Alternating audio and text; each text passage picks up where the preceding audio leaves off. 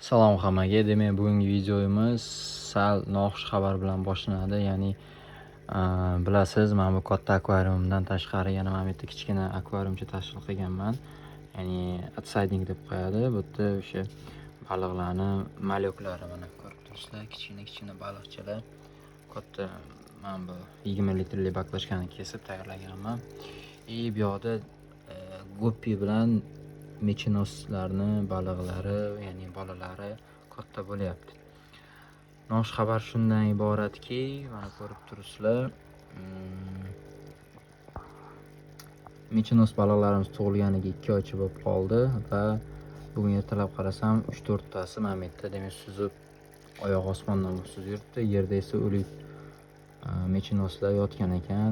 Уже mana bu ulitkalarimiz, ampulyar ulitkalar suvlarni yeb boshlagan ekan.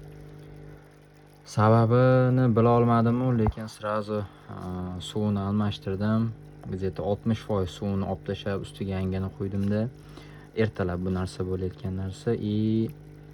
Xudoga tavakkal qilib ketdim, ovqatini bermadim.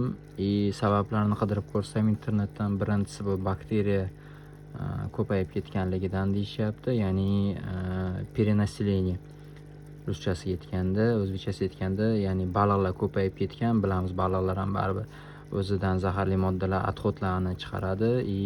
Suvni ifloslanib ketishi tezlashadi. Bu yerda kamida hozir 50 tacha qoldi hozirgi paytda taxminan, balki undan ham kamdir, bilmayman. Qoldi. Suvni almashtirdim. Almashtirganimdan keyin ko'rishingiz mumkin. Xudo xohlasa, menimcha o'z joyiga kelib qoldi. Bir kun ovqat bermayman. Ertaga kech payt ovqat beraman bularga. Sababi ko'p ovqat berganimdan ham bo'lishi mumkin, chunki yakshanba kuni mana bu ampulyarlardan 3-4 ta olib keldim.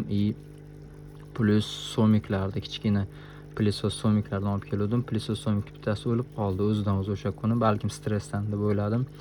Yana bitta taxminim bor, o'sha olib kelgan ampulyari somiklarim qanaqadir kasallik, bakteriya olib kelgan bo'lishi ham mumkin. Shuning uchun suvini har kuni где-то 2 litrdan almashtirib turish planini qo'ydim. Misol uchun bugun hozir mana 60% almashtirgan bo'lsam, 20 litrdan 60% qancha bo'ladi? Plus minus где-то 12 litrcha bo'ladi. Shu 12 litrdan almashtirgan. Ertaga ham bir 2 litr har kuni almashtirsam, xudo xolisi o'ziga kelib qoladi. Profilaktika sifatida bu katta akvariumim, endi bu ham katta emas, 50 litr xolos. Katta akvariumimda ham hozir mana где-то 6 litr suvni almashtirib boshqa quydim. Chunki bu yoqqa ham yangi somiklar olib kelganman. Bu yoqqa ham yangi mana nima edi? O'sha vinchti deb qo'yadi yoki o'sha qanotli mechinoslarimizni olib kelganman. Bular ham balkim kasal olib kelgan bo'lishi mumkin. Bu yerda hali hech qanaqa baliqni o'rganni ko'rganim yo'q. Shuning uchun ham baribir profilaktika tarzida suvni almashtirib qo'ya qoldim. Xudo ko'rsatmasin. Просто akvariumistikada endi men baribir yengiman. Baribir hali u darajada bir natijalarga erishganim ham yo'q. Yo'qotishlarga ham endi mana sekin boshga tushyapti baribir. Oldin ham eshitganman, baliqlar shunda bitta kasal tez o'lib ketadi degan narsani. Endi mana sekin davolab, boshga tushganini ko'z ko'rar deb sekin davolab ketyapmiz. Aytmoqchi bo'lgan gapim,